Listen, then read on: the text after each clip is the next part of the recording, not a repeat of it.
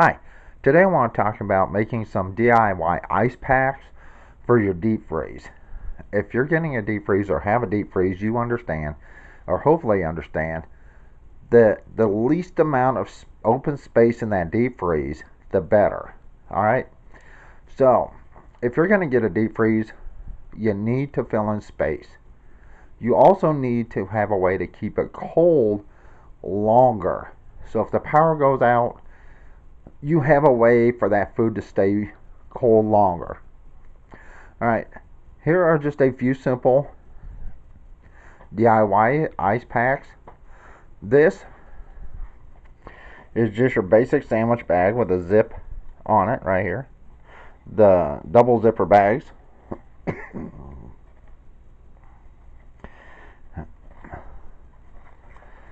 Let's see if I can get a good picture of this. There we go. That's this one right here. Now normally what I would do when I make these is I would put tape over the top to make sure it stays sealed. I'd fold it over. This is how I did the other ones.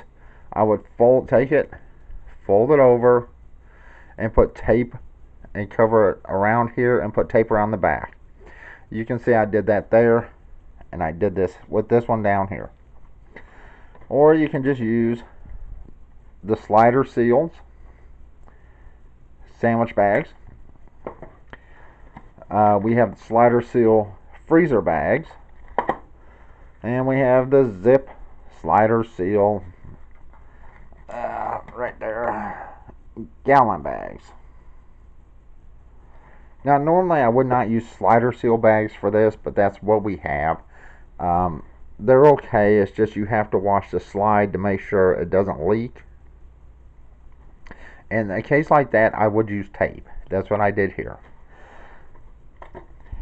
Now, when you're making your DIY ice packs, the one thing you have to do is fill it about halfway, if not a little bit more.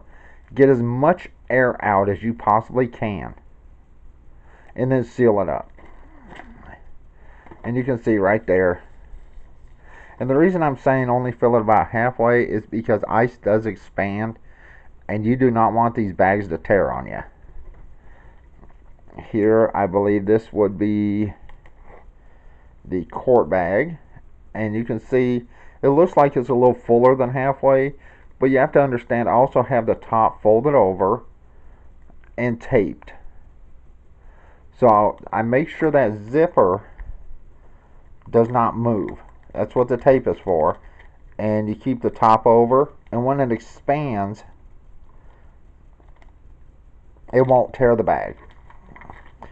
And here's the other slider seal sandwich bags.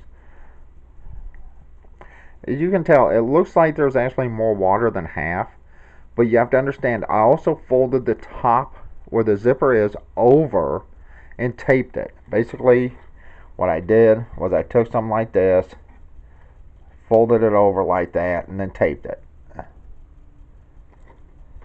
Same with this one. This is a gallon bag.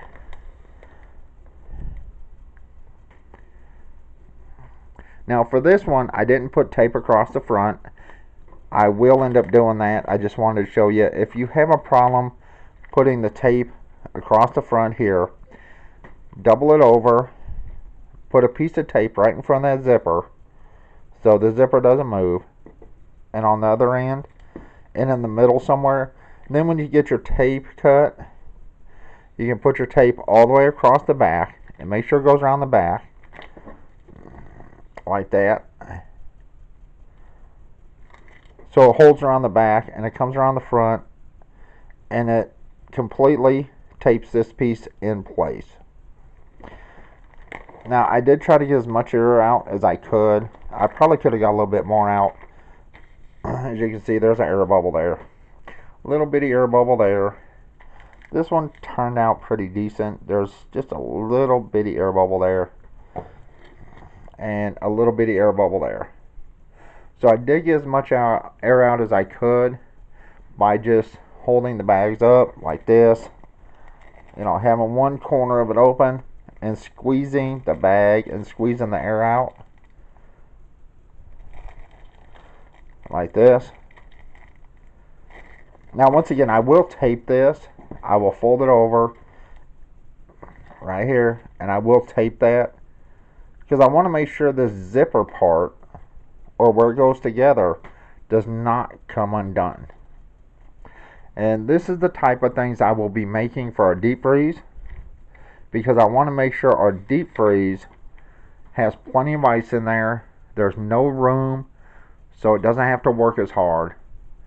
And this is a whole lot cheaper making them than going out and buying a bunch of ice packs. Anyway, you can basically use any type of baggie, sandwich bag, quart bag, gallon bags, just to make your ice packs with. And if you can get as much air out as possible, it works a whole lot better. But a little bit of air in there is not going to hurt. I could probably get a little bit more out of this one, but you know, I'm not real worried about it. But that's how you make your DIY ice packs for a freezer or even a lunch kit. All you have to do is have some sandwich bags or some quart bags, gallon bags, and freeze them, and you have yourself an ice pack. Alright, and don't forget to tape off the top. Fold it over and tape it off, because you don't want this coming open. You know, especially one of these that you just push together. You don't want those coming open if you set it down. You want it to stay closed. So don't forget to tape that off. You know, like this. But there you go. There's how to make some cheap, simple DIY ice packs. And you can even use the El Cheapo bags. Don't need much, but that's it. I'm fixing to go. Let's grab Midnight in here.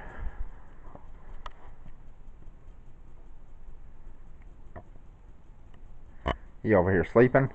Alright, that's it. And everyone have a good day. Bye.